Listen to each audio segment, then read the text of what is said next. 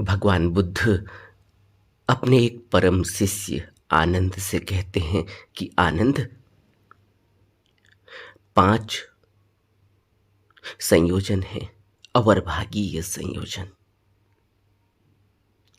और इन अवरभागीय संयोजनों को जब तक खत्म नहीं किया जाएगा, जब तक इनका प्रहार नहीं किया जाएगा, जब तक इनका नाश नहीं किया जाएगा, तब तक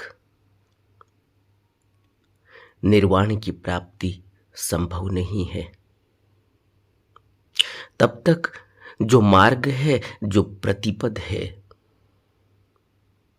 उस तक नहीं पहुंचा जा सकता, संभव ही नहीं।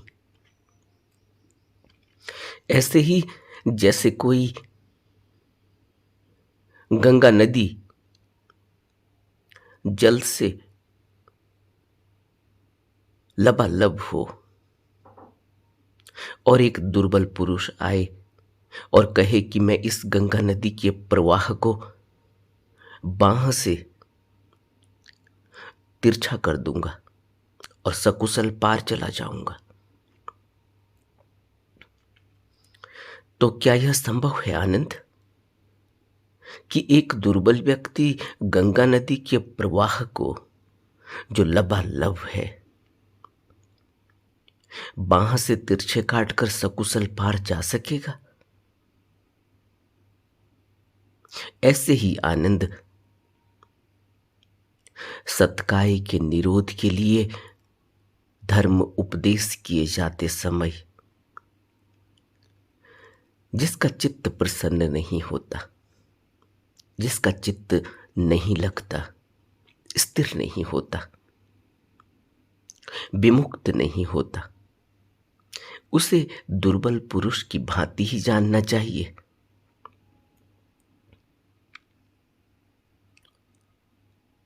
उसे अवरभागीय संयोजनों के नाश के लिए क्या मार्ग है, क्या प्रतिपद है,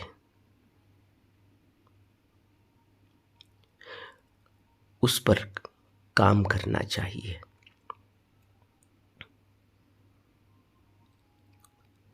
बहुत महत्वपूर्ण बात है यह। भगवान आनंद से कहते हैं कि आनंद, आर्यों के दर्शन से जो वंचित है, जो अज्ञ है, अनाड़ी है, सत्काय दृष्टि से व्याप्त है और ऐसे चित्त से बिहरता है, वह उत्पन्न सत्काय दृष्टि से निकलने के रास्ते को ठीक से नहीं जानता, जान नहीं सकता। और यह अवरभागीय संयोजन उसे ठीक रास्ते पर चलने नहीं देते।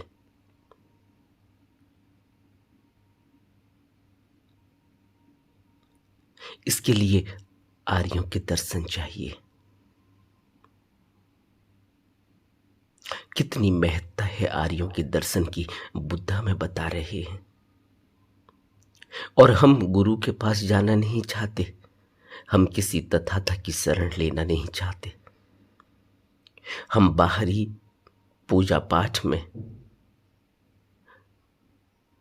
अपना जीवन बिता देना चाहते, सील व्रत परामर्श में अपना जीवन लगा देना चाहते। और बुद्ध स्पष्ट कर रहे, यह मध्यम निकाय का महामालूक्य सूत्र है।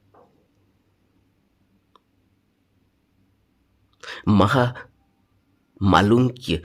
सूत्र में बुद्ध स्पष्ट करते हैं कि आनंद, आर्यों के दर्शन से जो वंचित है, वह अज्ञ, वह अनाड़ी, सत्काय दृष्टि से व्याप्त चित्त से ही बिहरता है। वह काम राग से, काम छंद से व्यापात से, शील व्रत परामर्श से ही गुजरता है। सतकाई दृष्टि है उसकी, आत्मवाद से भरा है। और ऐसी स्थिति में वह ऐसा ही दुर्बल व्यक्ति है जो लबालब भरे गंगा नदी को बांह से तिरछे काटकर सकुशल पार चले जाने का दावा करता है। क्या कभी जा सकेगा? बुद्ध प्रश्न पूछते हैं आनंद से, क्या कभी यह हो सकेगा?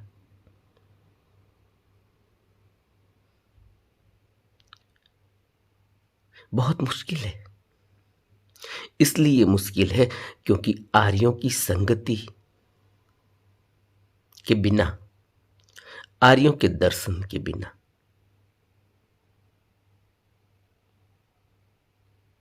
यह नहीं हो सकता। ऐसे ही नहीं हो सकता जैसे कोई बच्चा जिसको स्कूल न भेजा जाए लेकिन बाजार से किताबें लाकर उसको दे दी जाए। किताबें बाजार से लाकर कोई बच्चा कैसे ज्ञानी बनेगा? कोई बताने वाला चाहिए, कोई सिखाने वाला चाहिए, कोई नियम में, विनय में चलाने वाला चाहिए, कोई माहौल चाहिए।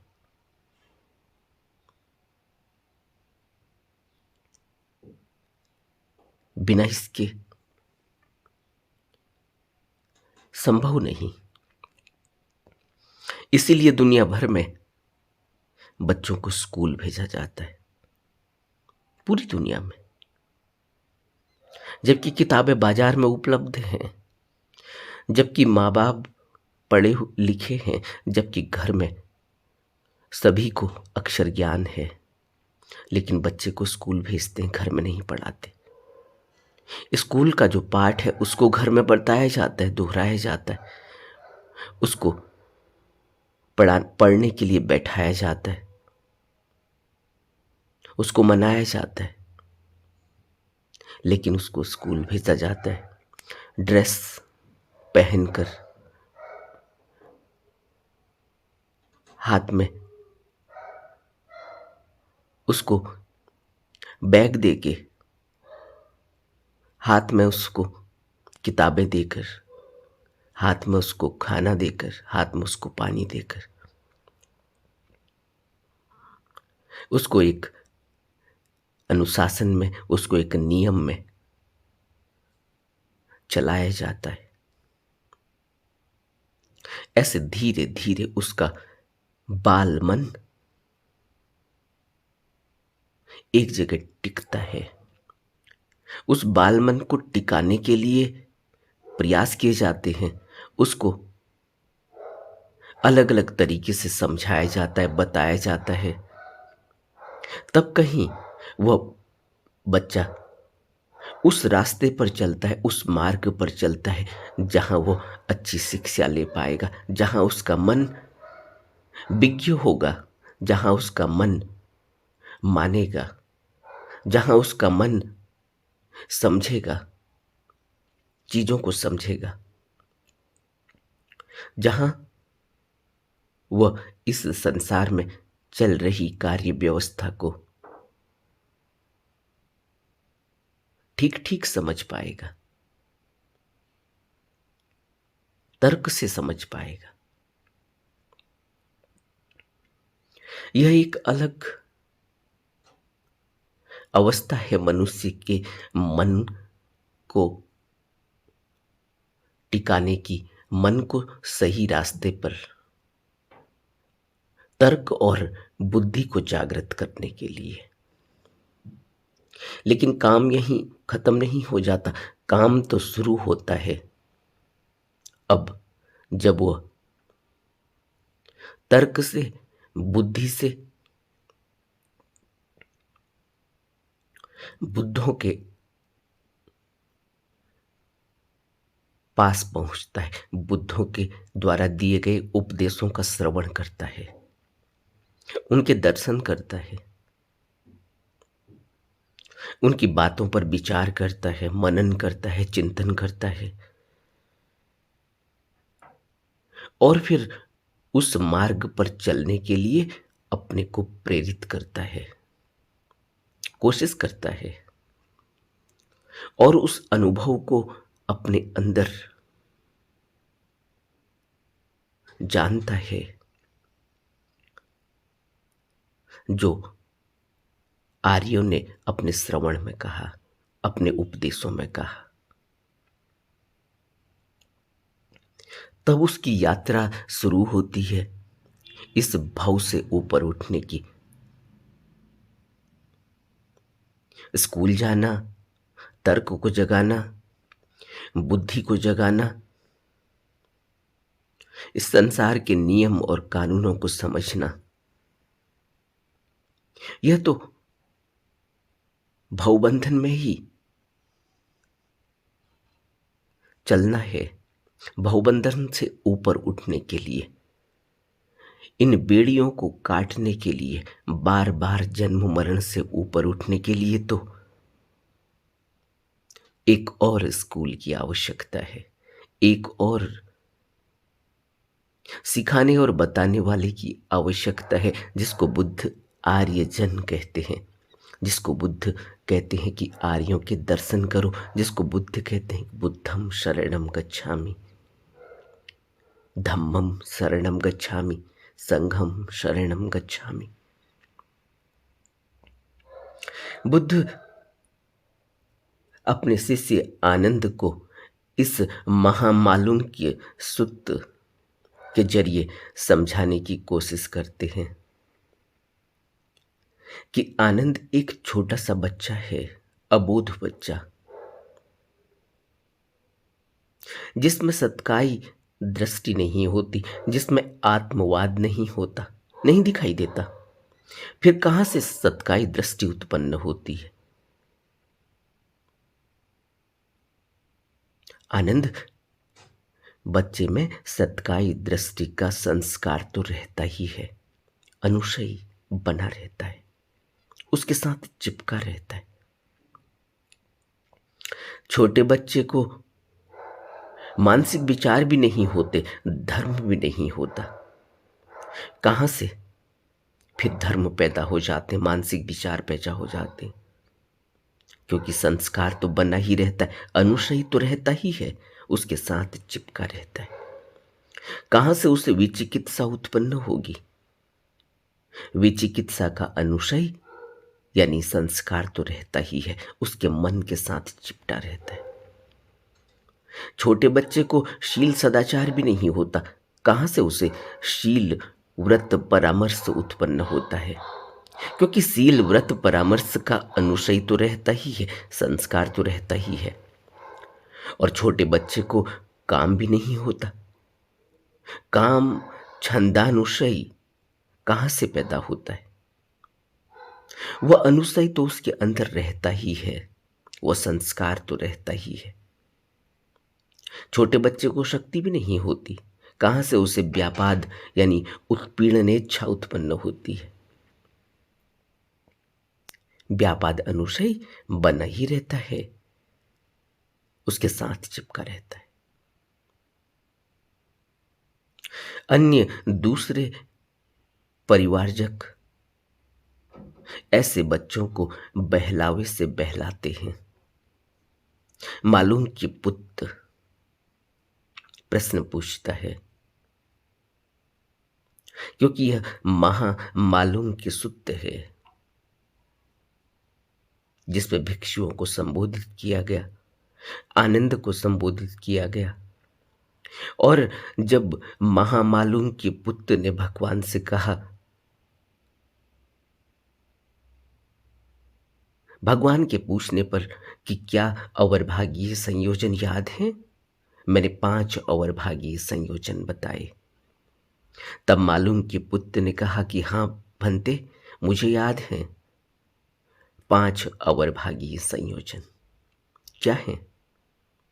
पहला है सत्काई दृष्टि, दूसरा है विचिकित्सा यानी संशय। सत्काई दृष्टि यानी आत्मवाद, नित्यता।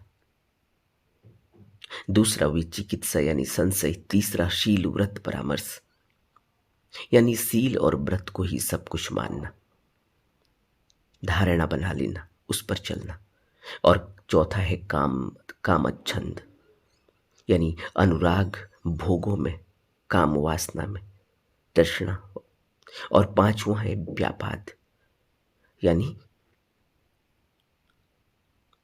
उत्पीड़नेच्छा, जोर जबरदस्ती से उत्पीड़न करने की इच्छा।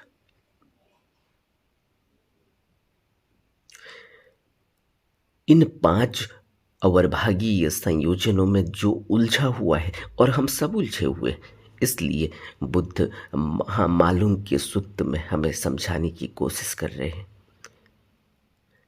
कि निकलना आसान नहीं है। यह भवबंधन इन पांच अवर्भागीय संयोजनों से जकड़ लेता है, जकड़ा हुआ है, हम नहीं निकल पाएंगे। आर्यों के दर्शन से वंचित अज्ञ अनाड़ी सत्काई दृष्टि से भरे हुए चित्त से भी हरता है। यानी वो कहता है कि नित्य, उसे याद ही नहीं कि मृत्यु भी है, वह तो नित्यता का अनुभव करता है। इसलिए बटोर लेने की इच्छा है, इसलिए उत्पीड़न की इच्छा है, इसलिए किसी भी तरीके से पा लेने की इच्छा है। इसीलिए बुद्ध कहते हैं कि आत्मवाद से भरा व्यक्ति इस भवबंधन से ऊपर नहीं उठ पाता, क्योंकि उसको कभी इस बात का ख्याल ही नहीं आता कि जीवन एक दिन चला जाएगा। उसे इस बात का ख्याल ही नहीं आता कि जो कुछ भी किया जा रहा है, हर कर्म संस्कार बनकर उसके अंदर एक जगह बना रहा है, और यह संस्कार बार बार पैदा होगा और बार बार भवबंधन का कारण बन जाएगा। और एक स्थिति ऐसी हो जाएगी जिसको कबीर कहते हैं, कोयले में कितने ही मन साबुन लगाया जाए, साबुन से घिसा जाए, कोयला काला ही रहता है, कोयला साफ नहीं होता, कोयले की कालिक नहीं जाती। आज हमारी स्थिति लगभग वैसी ही है, संस्कार पर संस्कार, संस्कार पर संस्कार। और आज हम इतने काले हो चुके हैं। यह मन, आज जिस मन से हम जूझ रहे हैं, लड़ रहे हैं, इसको मनाने की कोशिश कर रहे हैं, इसको टिकाने की कोशिश कर रहे हैं। यह मन ऐसा किसने बनाया? कौन कसूरवार है? कौन दोषी है? क्या कोई भगवान दोषी है? क्या कोई देवता दोषी है? क्या कोई और दूसरा दोषी है? हम स्वयं दोषी हैं। लेकिन आत्मवाद इस तरह से हावी है, सत्काई दृष्टि इस तरह से हावी है कि हम कहते हैं कि नहीं, मेरा कोई दोष नहीं, गलती दूसरे की है।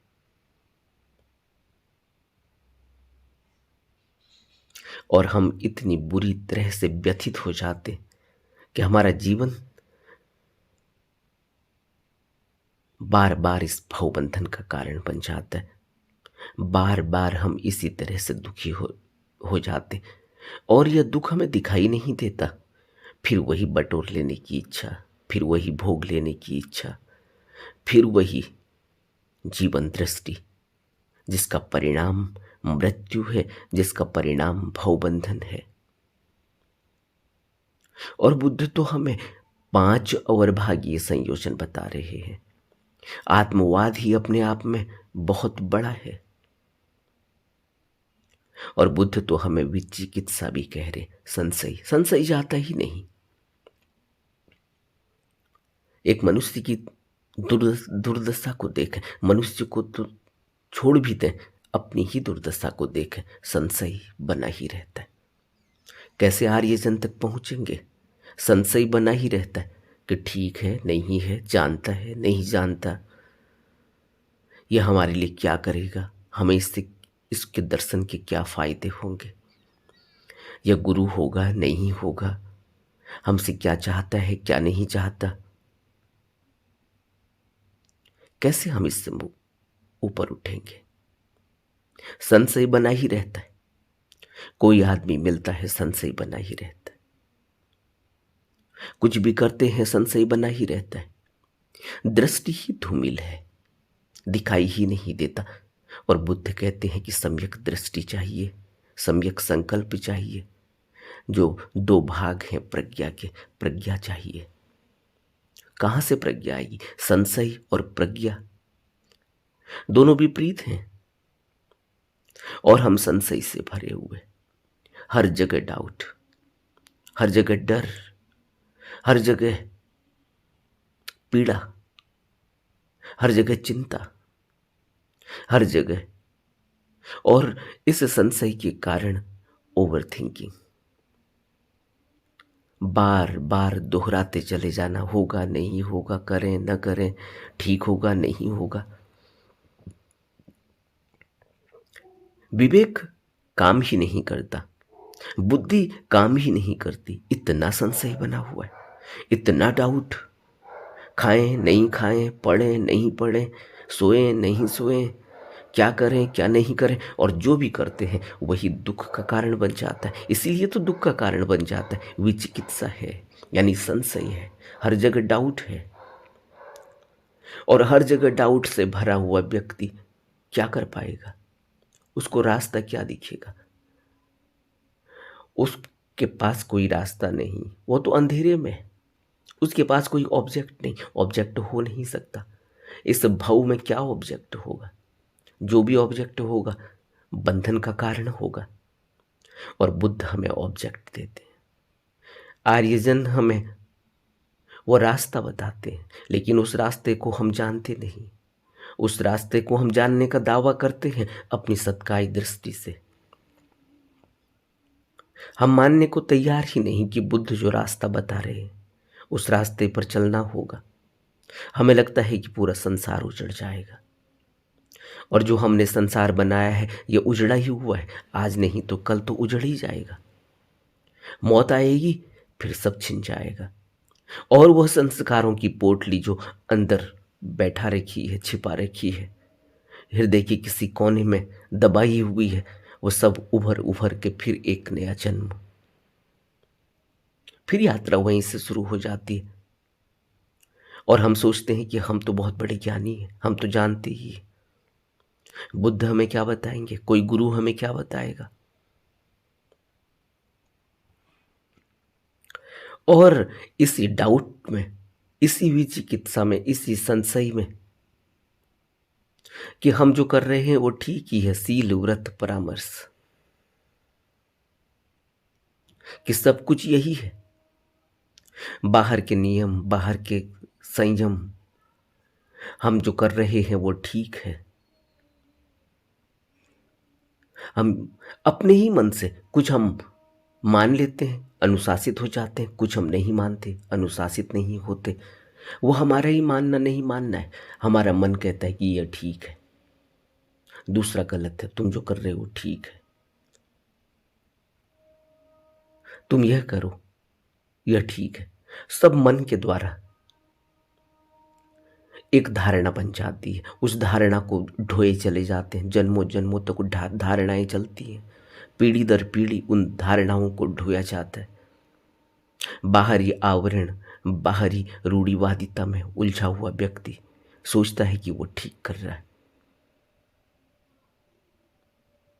लेकिन बुद्ध नहीं मानते कि ठीक कर रहे हैं। क्योंकि बुद्ध कहते हैं कि जो आर्य दर्शन से ही वंचित है, जो अज्ञ है, जो अनाड़ी है, जिसकी सतकाई दृष्टि है, जिसके अंदर संशय है, जिसके अंदर अभी धारणाएं घर कर गई हैं, विचिकित्सा है, शील व्रत परामर्श है, और जो भोग और अनुराग में इस तरह से लिप्त है, जो कहता है कि इसके अलावा जीवन में कुछ भी नहीं।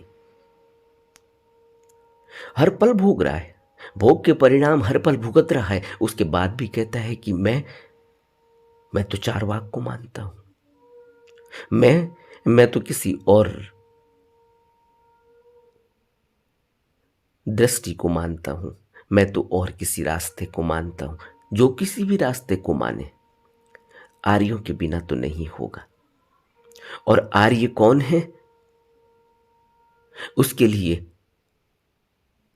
हमें सत्पुरुष सत्पुरुष के जरिए दिए गए उपदेश, सत्पुरुष के जरिए दिया गया रास्ता बताता है कि सत्पुरुष कौन है, क्योंकि वह तो एक ही रास्ता बताता है, इस भवबंधन से मुक्ति का। वो इस भवबंधन में फंसाने का रास्ता नहीं बताता। वह कोई भी वह काम नहीं बताता जो इस भवबंधन में और बुरी तरह से जकड़ने का कारण बन जाएगा, बुरी तरह से जड़ कर देगा, मोह और लोभ में लिप्त कर देगा। कोई सत्पुरुष, कोई सतगुरु, कोई बुद्ध पुरुष हमें इस संसार से लिपटने का रास्ता नहीं बताता। वो कभी यह नहीं कहता कि तुम काम भोग में लगे रहो, यही इस जीवन का उद्देश्य है, नहीं तो ऐसे ही मर जाओगे, फिर कहाँ जाओगे, भोग नहीं पाओगे, फिर पछताओगे, फिर दोबारा आना पड़ेगा। और हमें इस संसार को समझाने के लिए, इस संसार को समझने के लिए बुद्धों ने कथा कहानियों के जरिए समझाने की कोशिश की। अनंत जन्मों तक बार बार इस बंधन में, इस भवबंधन में आने के बाद भी इन काम भोगों से तृप्ति नहीं होती। उन कथाओं और उन कहानियों को हम पढ़ते हैं, बुद्धों के उपदेशों में जो बातें आती हैं वो हम सुनते हैं, लेकिन फिर भी मन कहता ही नहीं, भोग लो, ये वक्त है। और इस भोग और अनुराग में इतनी बुरी तरह से हम दलदल में फंस जाते कि वहां से फिर हमारी आंखें अंधी हो जाती। अब हमें कुछ दिखाई नहीं देगा, अब हमारी बुद्धि बिल्कुल बंद हो चुकी है। ऐसे ही तभी तो बुद्ध प्रमादी व्यक्ति का उदाहरण देते हैं, शराबी का उदाहरण देते, नशे में लिप्त व्यक्ति का उदाहरण देते, जो नशे में बुरी तरह से लिप्त है, जिसका मन प्रमाद में, नशे में, बेहोशी में चला गया। उस व्यक्ति को तो सूझता ही नहीं, उस व्यक्ति को तो दिखाई नहीं देता, आंखें खुली रहती हैं लेकिन दिखाई नहीं देता। और वो वह कर्म कर जाता है जिसके कारण उन संस्कारों का हिसाब किताब जन्मों जन्मों तक भुगतना होता है। बुद्ध हमें यही बता रहे, अभी बताकर आए कि छोटा सा बच्चा है, उसके अंदर विचिकित्सा कहाँ दिखती है? छोटा सा बच्चा है, उसके अंदर शील व्रत परामर्श कहाँ दिखता है? लेकिन जब बड़ा होता है तो उन धारणाओं को मानने लगता है, जानने लगता है, उन कुरीतियों में, उन रूढ़िवादिता में फंसता चला जाता है। कौन उसको फंसा रहा है? इसी तरीके से बुद्ध कहते हैं कि छोटा सा बच्चा है, कामच्छंद दिखाई नहीं देता, और फिर काम भोगों के प्रति राग पैदा हो जाता है। इसलिए बुद्ध हमें समझाने की कोशिश कर रहे हैं महामालूम के सूत्र में कि ऐसे इस भवबंधन से निकला नहीं जा सकता। इन 5 अवरभागीय संयोजनों को मिटाए बिना इस भवबंधन से नहीं निकला जा सकता। हमें बुद्ध के इन उपदेशों को अपने जीवन में गहरे में समझना चाहिए। कि कैसे हम इन 5 अवरभागीय संयोजनों से अपने को मुक्त करें। नमो बुद्धाय।